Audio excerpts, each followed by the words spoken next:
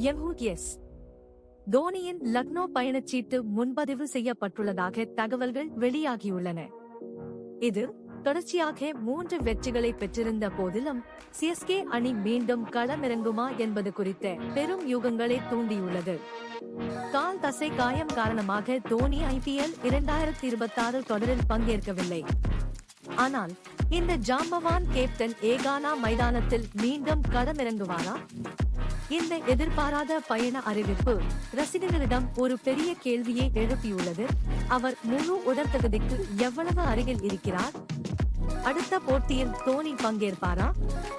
CSK அவரை மிக விரைவில் மீண்டும் களமிறக்கும் அபாயத்தை எடுக்குமா, அல்லது அவரது வருகை இந்த சீசனின் திருப்பு முறையாக அமையுமா?